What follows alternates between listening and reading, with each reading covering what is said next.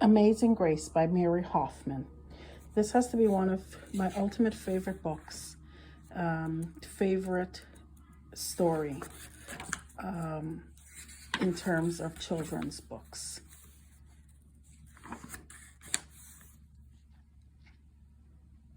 Grace was a girl who loved stories. She didn't mind if they were read to her or told to her or made up in her own head. She didn't care if they were in books or movies or just out of Nana's long memory. Grace just loved stories. After she had heard them, and sometimes while they were still going on, Grace would act them out. And she always gave herself the most exciting part.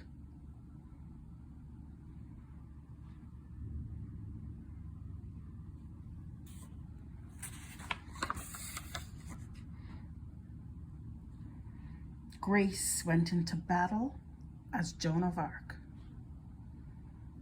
and wove a wicked web as Anansi the spider.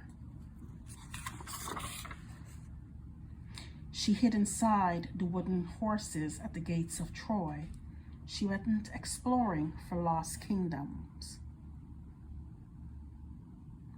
She sailed the 7 seas with a peg leg and a parrot.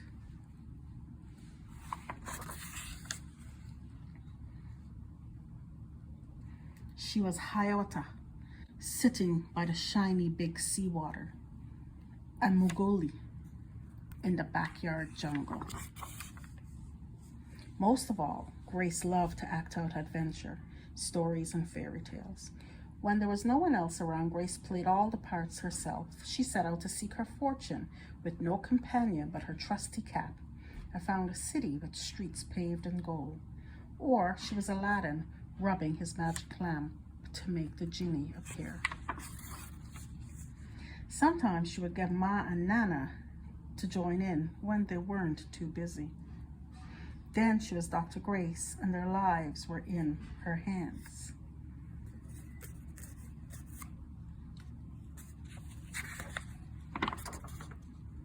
One day, Grace's teacher said they would do the play Peter Pan.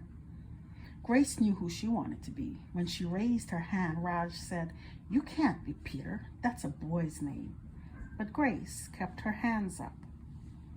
"You can't be Peter Pan," whispered Natalie. "He isn't black." But Grace kept her hand up. "All right," said the teacher. "Lots of you want to be Peter Pan, so we'll have an audition next week to choose parts." She gave them words to learn.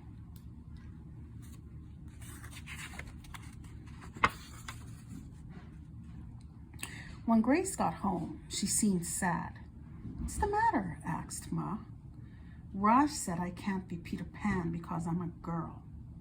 "That just shows Raj what he knows," said Ma. "A girl can be Peter Pan if she wants to." Grace cheered up, and then later she remembered something else. "Natalie says I can't be Peter Pan because I'm black," she said. Ma looked angry, but before she could speak, Nana said, "It seems that Natalie is another one who don't know nothing. You can be anything you want, Grace, if you put your mind to it."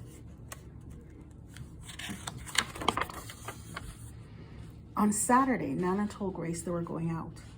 In the afternoon, they caught a bus and train into town. Nana took Grace to a grand theater. The sign outside read, "Romeo and Juliet," starring Rosalie Wilkins, in sparkling lights.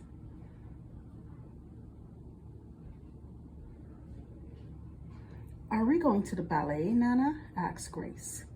"We are, honey. But first, I want you to look at this picture." Grace looked up and saw a beautiful young ballerina in a tutu. Above the dancer, it said, "Stunning New Juliet." "That one is little Rosalie from back home in Trinidad," said Nana. "Her granny and me, we grew up together on the island. She's always asked me, do I want tickets to see her Rosalie dance? So this time I said yes." After the ballet, Grace played the part of Juliet, dancing around her room in her imaginary tutu. "I can be anything I want," she thought.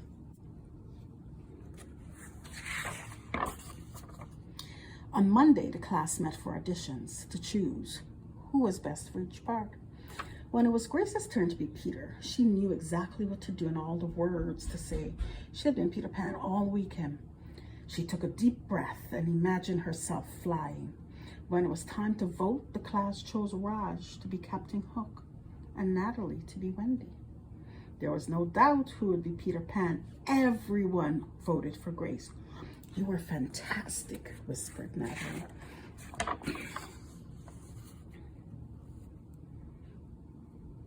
The play was a big success, and Grace was an amazing Peter Pan. After all it was over, she said, "I feel as if I could fly all the way home." "You probably could," said Ma. "Yes," said Nana. "If Grace put her mind to it, she can do anything if she wants."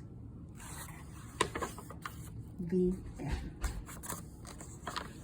This was the story of Amazing Grace by Mary Hoffman and Carolyn Binch.